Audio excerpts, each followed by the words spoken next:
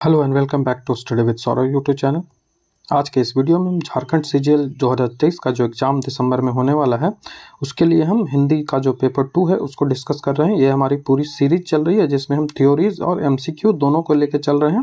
तो थ्योरीज़ का पार्ट मैंने कंटिन्यू कर रहा हूँ, उसके साथ ही जैसे जैसे चैप्टर ख़त्म हो रहे हैं वैसे वैसे मैं इसके जो एमसीक्यूज़ हैं उनको भी कंप्लीट करने का प्रयास कर रहा हूँ। तो उसी कड़ी में ये हमारा पार्ट 2 है जिसमें हम हिंदी साहित्य का जो काव्य दिया गया है, जिसमें विद्यापति, कबीर, सूरदास, तुलसीदास, बिहारी, रसखान, भूषण दिए गए हैं, इनसे संबंधित हम 300 प्लस एमसीक्यूज क्वेश्चंस को देख रहे हैं जिसका ये पार्ट 2 है। इससे पहले मैंने पार्ट 1 अपलोड कर दिया है, तो यदि आपने इस वीडियो को नहीं देखा है तो पहले इस वीडियो को देख लेंगे जिसपे मैंने विद्यापति से संबंधित जितने भी एमसीक्यू प्रीवियस ईयर क्वेश्चंस में पूछे गए हैं या फिर जितने भी एमसीक्यू बन सकते हैं और आने की उनकी संभावनाएं प्रबल है उनको मैंने यहाँ पे डिस्कस किया है।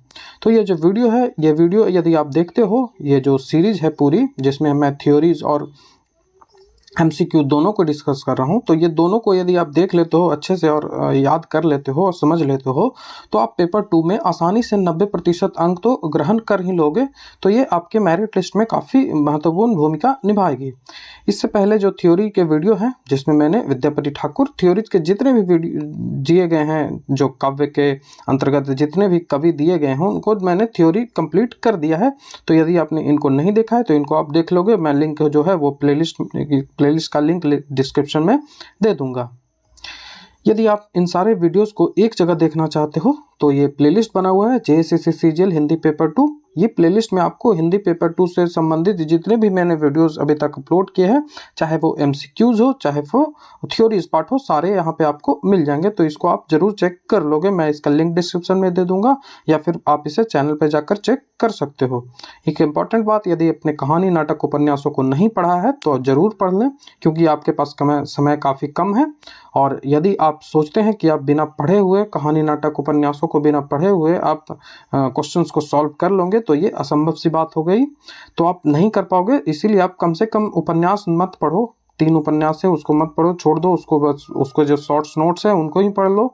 लेकिन कहानी छोटे छोटे हैं इनको तो पढ़ लो, नाटक छोटे छोटे हैं इनको पढ़ लो। मैंने सारे जो अपलोड कर दिए हैं, जब आप इनको पढ़ लोगे तो आप आसानी से क्वेश्चंस को डील कर पाओगे क्योंकि ये जो क्वेश्चंस होते हैं वो काफ़ी आसान पूछे जाएंगे। और यदि आप इनको पढ़ कर नहीं जाओगे तो आपको जो इन क्वेश्चंस को बनाने में काफ़ी मेहनत लगेगी, मतलब आप बना ही नहीं पाओगे।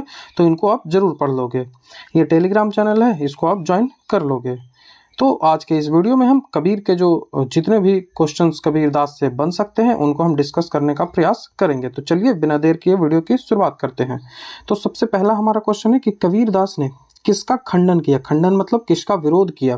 तो शासन पक्ष का, लोगों के विचारों का, संवेदनाओं का, या फिर बाह्य आडंबर या रूढ़िवाद का। तो कबीरदास का जो काल था वो 15वीं शताब्दी से संबंधित इनका काल था। वो किस समय से संबंधित है तो वो 15वीं शताब्दी से संबंधित काल से संबंधित है। मतलब कि उनका जन्म कब हुआ था तो वो 1398 ईस्वी में इनका जन्म हुआ था। तो 1400 से लेके जो 1499 का जो समय होता है उसको 15वीं शताब्दी कहेंगे। तो इनका जो समय काल था वो 15वीं शताब्दी का काल था। उस समय जो हिंदू धर्म था, क्योंकि भारत जो है वो प्राचीन काल से ही हिंदू धर्म यहाँ मूल जो निवासी हैं, जो भारत में जो मतलब जनसंख्या अधिक है वो किसकी है तो हिंदू धर्म की है। तो हिंदुओं में जो रूढ़िवाद था और जो बाह्य आडंबर था, जो ब्राह्मणवाद था, उसके विरोध में उन्होंने इसका खंडन किया। कैसे जाति प्रथा फैली हुई थी, कैसे जो ब्राह्मणवाद फैला हुआ था, जो कर्मकांडों के द्वारा और जो जातियां हुआ करती थी उन पे अपना वर्चस्व जमाने का प्रयास करते थे ब्राह्मण लोग। और जो रूढ़िवाद फैला हुआ था, जो धर्म के नाम पर जो रूढ़िवाद था, जैसे कि विधवा पुनर्विवाह पे प्रतिषेध लगा हुआ था, रोक लगा हुआ था। उसके बाद जो सती प्रथा जैसी कुप्रथाएं थी, तो इन सब के विरोध में जो कबीरदास ने है इन्होंने इसका खंडन किया था। तो किसका खंडन किया तो बाह्य आडंबर और रूढ़िवाद का जो कबीरदास है उन्होंने इसका खंडन किया था। नेक्स्ट क्वेश्चन है कि पीपर पाथर पूजन लागे तीरथ गर्भ भुलान। पीपर पाथर पूजन लागे तीरथ गर्भ भुलान, ये जो पंक्ति है इसमें कौन सा अलंकार है। ये जो पंक्ति है वो किसकी है तो ये पंक्ति कबीरदास की है। तो इसमें आपसे अलंकार पूछा जा रहा है, तो इसमें अनुप्रास अलंकार है। कौन सा अलंकार है तो अनुप्रास, ऑप्शन नंबर डी इसका सही होगा। नेक्स्ट जो क्वेश्चन है कि मासी कागज छुओ नहीं कलम गही नाही हाथ, पंक्ति के रचयिता कौन है? मासी कागज छुओ नहीं कलम गही नहीं हाथ, ये आपने जब मेरा वीडियो कबीरदास से संबंधित देखा होगा तो उसमें आपको मैंने ये डिस्कस किया है। तो ये कबीरदास की है, कबीरदास की ये पंक्ति है। कबीरदास इस जो पंक्ति है, इस दोहा है, इससे वो कहना चाहते हैं कि मैंने कलम तक नहीं छुआ है तो मैं रचनाएं क्या कर पाऊंगा। तो इन्होंने कोई भी रचनाएं नहीं की है, ठीक है। जो कबीरदास हैं इन्होंने कोई भी रचनाओं को लिपिबद्ध नहीं किया है, ये आप याद रखोगे। किसी भी रचना को इन्होंने लिपिबद्ध नहीं किया है। लिपिबद्ध कहने का अर्थ हुआ कि जब मैं इसको बोल रहा हूं तो आप इसको जब लिख रहे हो, तो ये किसी भी रचना को इन्होंने नहीं लिखा है, क्योंकि इनको जो अक्षर का, जो सामान्य अक्षर का जो ज्ञान था वो भी नहीं था। इस कारण से वो जो रचनाएं नहीं कर पाते थे। उनके जो शिष्य थे धर्मदास ने ही सारी जो रचनाएं हैं उनको किया था। सारी रचनाओं का जो लिपिबद्ध संकलन जो है वो किसने किया था? तो वो धर्मदास ने ही किया था, ये आप याद रखोगे। नेक्स्ट क्वेश्चन है कि कबीरदास जो है वो भक्ति काल के किस धारा के कवि थे? जब आप हिंदी साहित्य का इतिहास जब पढ़ोगे तो उसमें जो हिंदी साहित्य है उसको कई कालों में विभाजित किया गया है, जिनमें एक भक्ति काल है और फिर फर्दर जाकर भक्ति कालों को भी कई कालों में डिवाइड कर दिया गया है, कई सारे धाराओं में डिवाइड कर दिया गया है। तो उनमें से ही पूछा जा रहा है कि कबीरदास जो थे वो किस धारा से संबंधित थे? तो वो निर्गुण धारा से संबंधित थे। निर्गुण निराकार जो ब्रह्मा का रूप होता है, जो ईश्वर का एक रूप होता है, उसको ये मानते थे। तो निर्गुण जो होता था उसके ये विचारधारा से संबंधित है। तो ऑप्शन नंबर जो ए है इसका आंसर बन जाएगा। नेक्स्ट क्वेश्चन है कि कबीर हिंदी साहित्य के भक्ति काल के किस धारा का प्रतिनिधित्व करते थे? जैसा कि मैंने बताया कि हिंदी साहित्य में कई सारे डिवीजन होते हैं, जिनमें एक भक्ति काल होता है।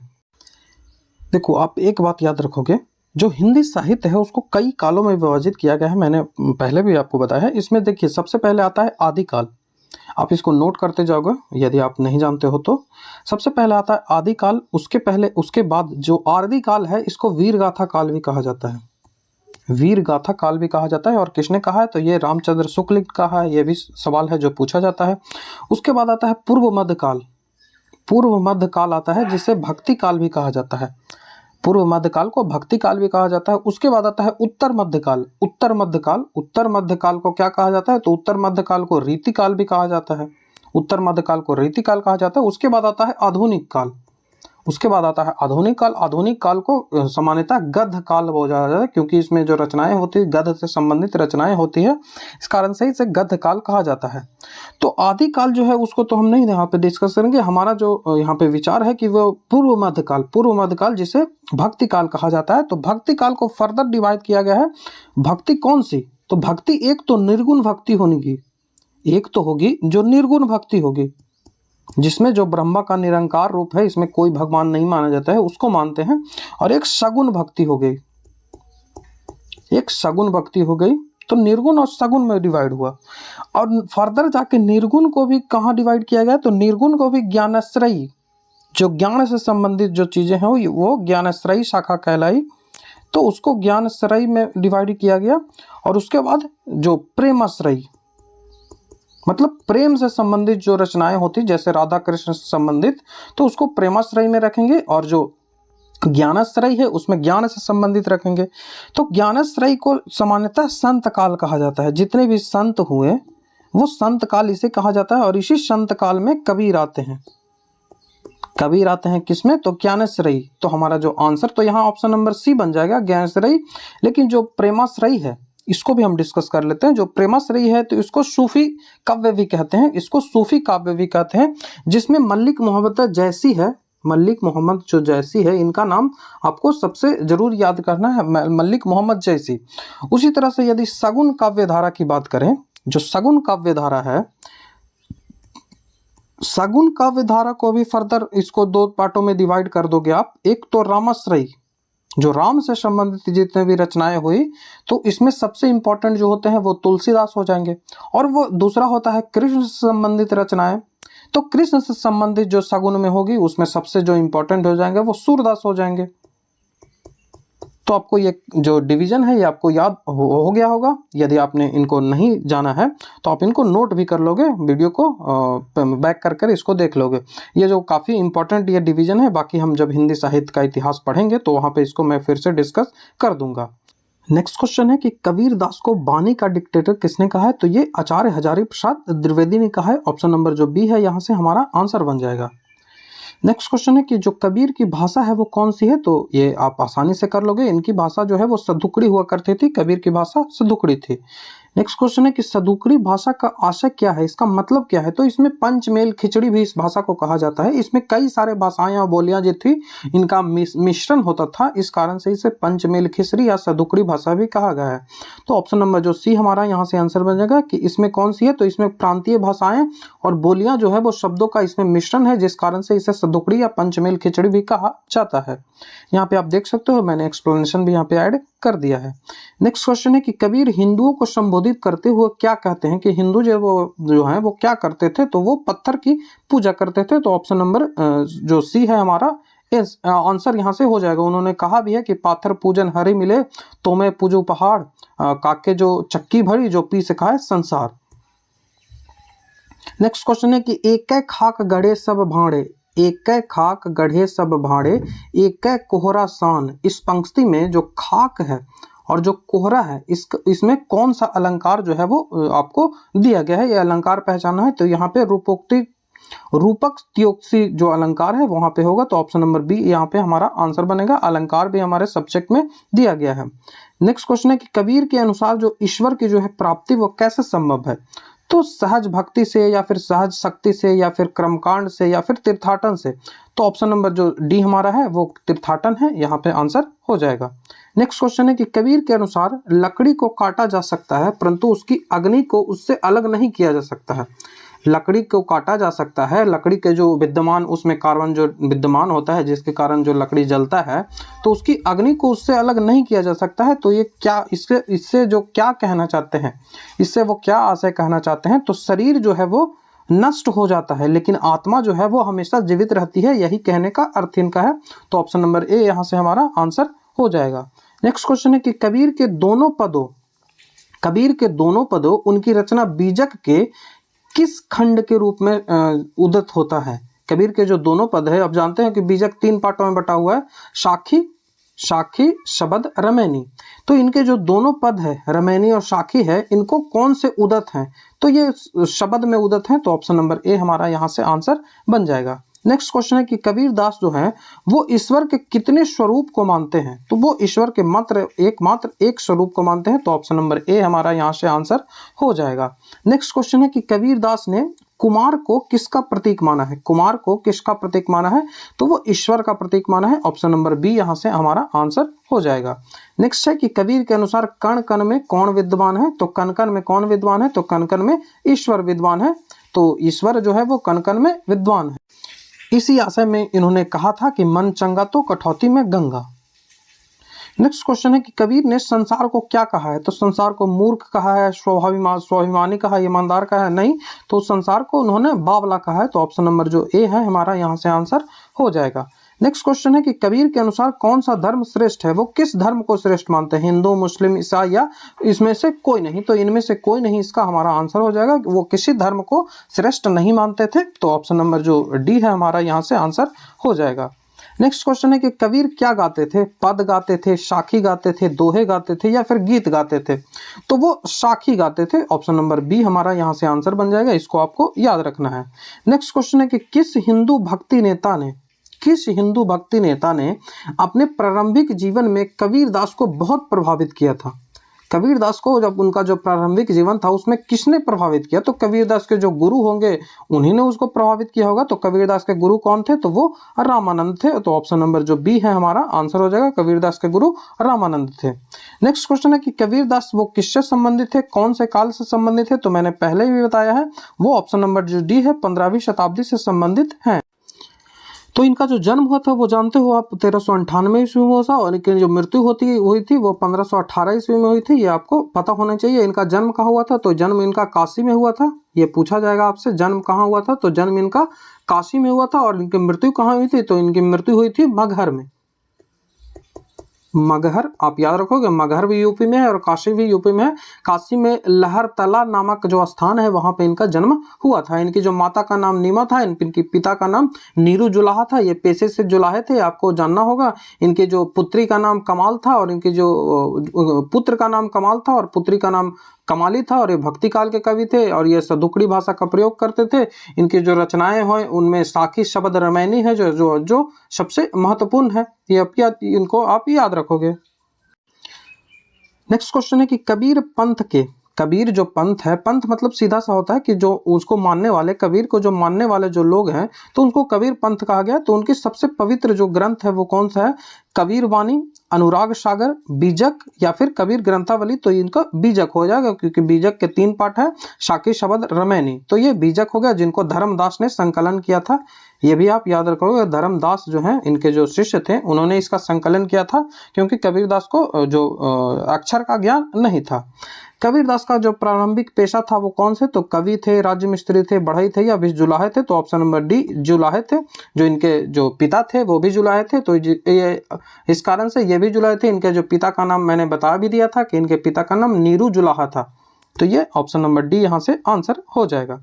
कबीरदास जो है वो उनके जो पद है वो किस धर्म के ग्रंथों में आपको संकलित देखने को मिल जाएगा? तो कौन सा ऐसा धर्म ग्रंथ है जिसमें कबीरदास के जो वाणी है उनको देखने को आपको मिलेगा? तो जो गुरु ग्रंथ साहिब है, सिख धर्म का जो गुरु ग्रंथ साहिब है उसमें आपको कबीरदास के पद देखने को मिल जाएंगे। तो ऑप्शन नंबर जो ए है हमारा यहाँ से आंसर हो जाएगा, जो सिख धर्म है वो आंसर हो जाएगा। नेक्स्ट जो क्वेश्चन है कि भारतीय डाक विभाग ने कबीरदास की तस्वीर वाला एक डाक टिकट जारी किया था, तो वो कब किया था? तो 1950 में, 1955 में, 1952 में, इनमें से कोई नहीं। तो ये 1952 में जो है ऑप्शन नंबर जो सी है, एक कबीरदास से संबंधित जो है वो पोस्ट स्टाम्प था, उसको जो भारत सरकार है उसके द्वारा जारी किया गया था। नेक्स्ट क्वेश्चन है कि कबीरदास की जो मृत्यु हुई थी वो कहाँ हुई थी? तो कबीरदास की मृत्यु मगहर में 1518 ईस्वी में हुई थी। मगहर कहाँ है? तो मगहर उत्तर प्रदेश में है और इनका जो जन्म हुआ था वो काशी बनारस में लहरतला के पास 1398 ईस्वी में हुआ था। ये बातें आपको याद रखनी है। नेक्स्ट क्वेश्चन है ज्ञानेश्वरी शाखा के प्रमुख कवि कौन है? तो मैंने आपको पहले ही बता दिया है कि हिंदी साहित्य का जो काल विभाजन हो गया उसमें भक्ति काल में एक निर्गुण और सगुण पार्ट में बांटा जाता है। तो जो निर्गुण काव्य धारा है उसे भी 2 पार्टों में बांटा जाता है, ज्ञानेश्वरी और प्रेमाश्रयी। तो ज्ञानेश्वरी जो शाखा है उसमें कबीरदास प्रमुख कवि हैं और जो प्रेमाश्रयी शाखा है उसमें जो मलिक मोहम्मद जयसी हैं वो सबसे प्रमुख कवि हैं। तो इसको आपको याद रखना है।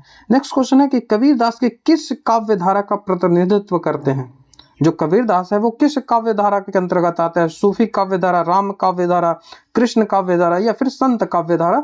तो ऑप्शन नंबर ए है, इसको संत काव्य धारा कहते हैं क्योंकि जो ज्ञानेश्वरी शाखा है उसे ही कहा जाता है संत काव्य धारा। अक्षर थोड़ा पेन के कारण जो राइटिंग है वो नहीं बन पाती है। तो इसका जो काव्य धारा होगा, कौन काव्य धारा होगा? तो संत काव्य धारा इसका आंसर हो जाएगा। ठीक है। नेक्स्ट क्वेश्चन है कि कबीर के गुरु का नाम क्या था? तो मैंने काफी डिस्कस कर दिया है, रामानंद होगा ऑप्शन नंबर डी, ना कि रामानंद सागर। ये तो रामायण का जो प्रोडक्शन किए थे उनको रामानंद सागर नाम है, तो इसका रामानंद हो जाएगा option number D. Next question है कि कबीर ने जिस प्रकार निरंकार ईश्वर के लिए भारतीय वेदांत का पल्ला पकड़ा, जो निरंकार ईश्वर है उसके लिए किनको उन्होंने जो सहारा बनाया अपना? तो जो वेदांत होते हैं उनको सहारा बनाया। जो वेदों का जो अंत होता है वेदांत, उसमें सबसे जो महत्वपूर्ण है वो उपनिषदों को कहा जाता है। उपनिषद जो है तो उन्हीं को इनको सहारा बनाया, उनको पकड़ा कबीरदास ने। उसी प्रकार उस निरंकार ईश्वर की भक्ति के लिए सूफियों का प्रेमत्व लिया। जो प्रेम की जो भावना है निरंकार ईश्वर के, उसमें किसका सहारा लिया? तो वो सूफियों का लिया और अपना जो निर्गुण जो धूमाधाम से निकाला, जो निर्गुण काव्य धारा है उसको धूमाधाम से इन्होंने निकाला। तो ये जो कथन है वो किसका कथन है? तो यह आचार्य हजारी प्रसाद द्विवेदी, नामवर सिंह या फिर पुरुषोत्तम अग्रवाल या फिर आचार्य रामचंद्र शुक्ल। तो जो हमारा ऑप्शन नंबर डी है इसका आंसर बनेगा ऑप्शन नंबर डी, आचार्य रामचंद्र शुक्ल है। इन्होंने इनको इस बारे में जो ये कथन है आचार्य रामचंद्र शुक्ल का ही है, तो इसको आप याद रखोगे। नेक्स्ट क्वेश्चन है कि तुम ही जानी जनो गीत, तुम ही जीनी जनो गीत, यह जो निज ब्राह्मण विचार है वो किसने कहा था? तो ये पूछा हुआ है PYQ में, ये क्वेश्चन पूछा गया है। ठीक है, UGC में शायद UGC नेट जो परीक्षा होती है उसमें ही पूछा गया है, तो इसको आप याद रखोगे। ऑप्शन नंबर ए हमारा यहाँ से आंसर हो जाएगा। ये मैंने यहाँ पे डिस्कस भी यहाँ पे कर दिया है, तो देख लोगे, इसको आप पढ़ लोगे। नेक्स्ट क्वेश्चन है कि मासी कागज छुओ नहीं, कलम गोहे नहीं हाथ।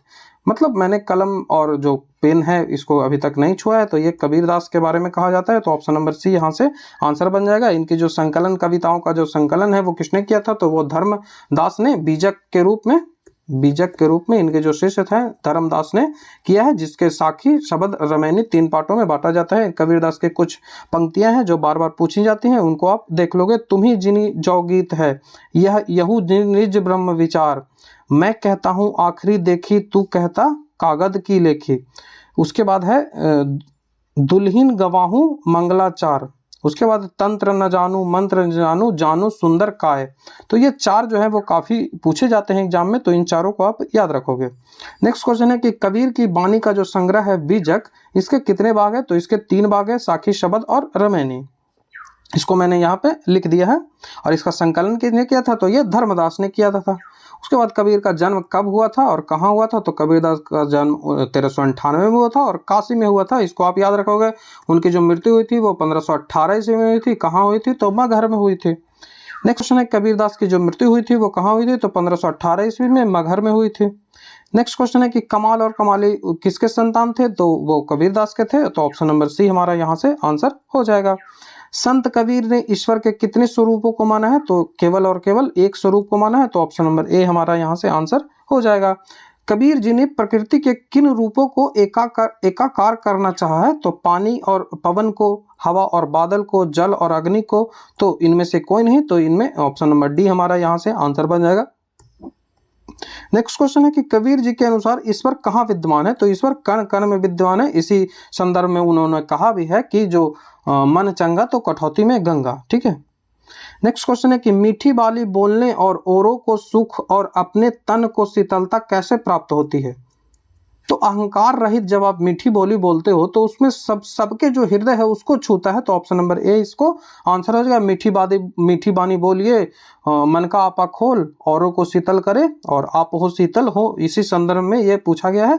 तो ऑप्शन नंबर जो ए हमारा यहाँ से आंसर हो जाएगा। नेक्स्ट क्वेश्चन है कि कबीर के जो साखियां हैं उनमें किन भाषाओं का स्पष्ट प्रभाव आपको देखने को मिलता है। साखियां कहने का मतलब जो दोहे होते हैं,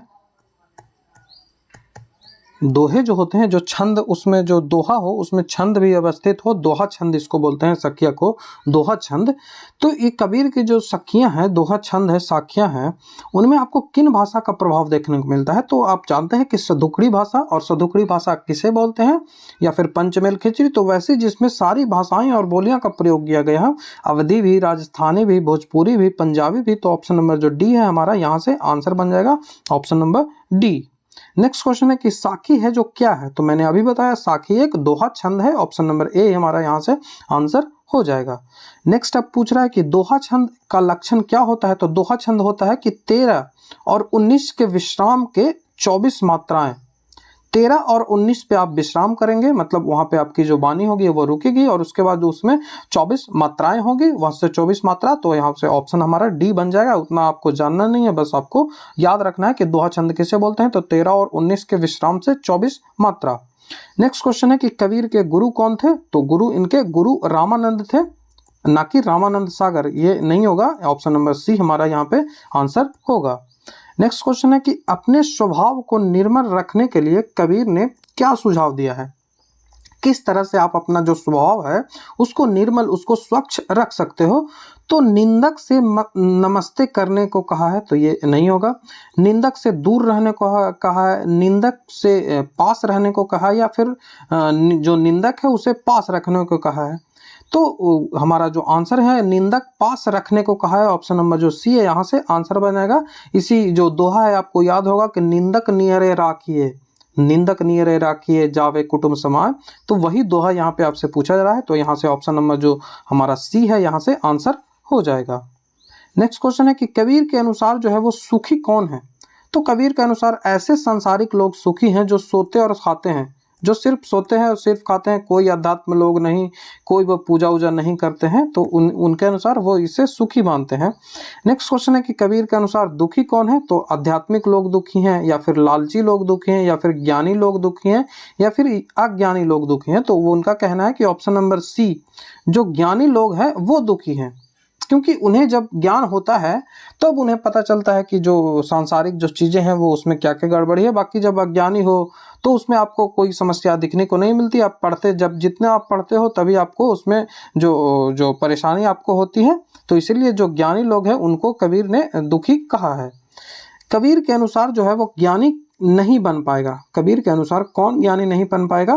तो जो मोटी मोटी जो पुस्तकें पढ़ने वाला जो होते हैं वो ज्ञानी नहीं बन पाएगा। तो मोटी पुस्तकें पढ़ने वाला हमारा यहाँ पे आंसर बन जाएगा। ऑप्शन नंबर ए और बी दोनों सेम ही लिखा हुआ है, तो ऑप्शन नंबर ए भी दोनों हो जाएगा। नेक्स्ट क्वेश्चन है कि कबीर की जो साखियाँ हैं इनका मुख्य उद्देश्य क्या है? कबीर की जो साखियाँ हैं, जिसको साखियाँ किसे बोलते हैं? तो साखियाँ बोलते हैं जो दोहे छंद होते हैं। दोहे छंद दो होते हैं उसको सख्या बोलते हैं। तो ये किसका है? तो इसका उद्देश्य है कि जीवन जीने के सही ढंग का ज्ञान देना। तो ऑप्शन नंबर ए हमारा यहाँ से आंसर हो जाएगा। नेक्स्ट क्वेश्चन है कि ईश्वर कण कण में व्याप्त है पर हम उसे देख नहीं पाते, क्यों नहीं देख पाते? तो मन में छुपे अहंकार के कारण, आंखें बंद होने के कारण, ये तो गलत होगा, आंख पे चश्मा होने के कारण, या फिर मन के कारण। तो मन में जो हमारा अहंकार छुपा होता है उसके कारण हम ईश्वर को देख नहीं पाते। तो ऑप्शन नंबर ए हमारा यहाँ से आंसर बनेगा। इसी संदर्भ में उन्होंने कहा है कि मन चंगा तो कठौती में गंगा। बिरह भुवन बिरह भूव गम तन बसे मंत्र न लागे कोय। बिरह भूम गम तन बसे मंत्र न लागे कोई। इसका आपको भाव स्पष्ट करना है। तो इसका अर्थ हुआ कि जब शरीर में किसी बिछुड़ने का दुख हो, किसी से बिछड़ने का जब शरीर में आपका दुख हो तो उस समय कोई भी दवा, कोई भी मंत्र काम नहीं करता है। यही यहाँ से अर्थ निकलता है। ऑप्शन नंबर ए हमारा यहाँ से आंसर बनेगा। नेक्स्ट जो क्वेश्चन है कि संत कबीर ने जगत को कैसा बताया है? जो दुनिया है उसे कैसा बताया है? तो बौराना बताया है, या फिर इसे बावला भी आप कह सकते हो, बावला या फिर बौराना। ऑप्शन नंबर बी हमारा यहाँ से आंसर बन जाएगा। नेक्स्ट क्वेश्चन है कि कबीर जी ने सत्य को जानने के लिए क्या अवश्य बताया है? तो उसमें राम का नाम हो, या फिर योग हो, या फिर समाधि हो, या फिर आत्मज्ञान हो।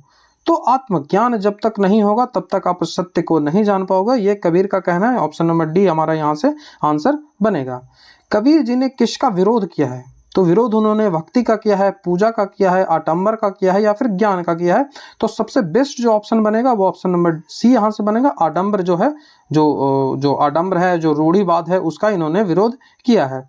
नेक्स्ट है कि कबीर ने खुदा किसे कहा है? ईश्वर को उन्होंने खुदा कहा, या फिर पाखंडी को, भक्त को, या फिर ब्रह्मचारी को। तो हमारा ऑप्शन ये यहाँ से बनेगा, ईश्वर को उन्होंने खुदा कहा है। नेक्स्ट क्वेश्चन है कि कबीर ने किसको एक माना है? किसको कहा है कि वो एक है? तो ईश्वर को कहा है कि ईश्वर एक है। तो ऑप्शन नंबर ए हमारा यहाँ से आंसर होगा। कबीर ने तू ही किसके लिए प्रयोग किया है? जो तू ही शब्द है वो किसके लिए प्रयोग किया है? अपने लिए, या फिर गुरु के लिए, या फिर परमात्मा के लिए, या फिर शिष्य के लिए? तो परमात्मा के लिए ये शब्द प्रयोग किया गया है।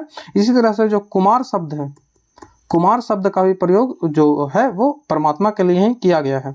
नेक्स्ट क्वेश्चन है कि कबीर के अनुसार किसे देखकर गर्व नहीं करना चाहिए? तो कोई भी मोह माया जो है उसे देखकर कबीर बोलते हैं कि गर्व नहीं करना चाहिए, क्योंकि ये दुख का कारण बनते हैं। नेक्स्ट क्वेश्चन है कि कबीर के अनुसार मनुष्य निर्भय कब होता है?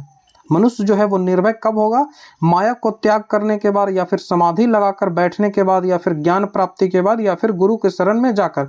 तो कबीर के अनुसार जब आप मोह माया को त्याग कर दोगे तब आप निर्भीक कहलाओगे। तो ऑप्शन नंबर डी ए हमारा यहाँ से आंसर बनेगा। तो ये वीडियो था जिसमें हमने काफ़ी डिटेल्ड वे में जितने भी एमसीक्यू जो कबीरदास हैं उनसे बन सकते थे, उनके जो प्रीवियस ईयर में पूछे गए हैं, उन सबको हमने डिटेल से डिस्कस किया। तो आशा करता हूँ आपको वीडियो पसंद आया होगा। यदि आपको वीडियो अच्छा लगता है तो आप हमारे चैनल को सब्सक्राइब, वीडियो को लाइक, शेयर, कमेंट जरूर कर दें।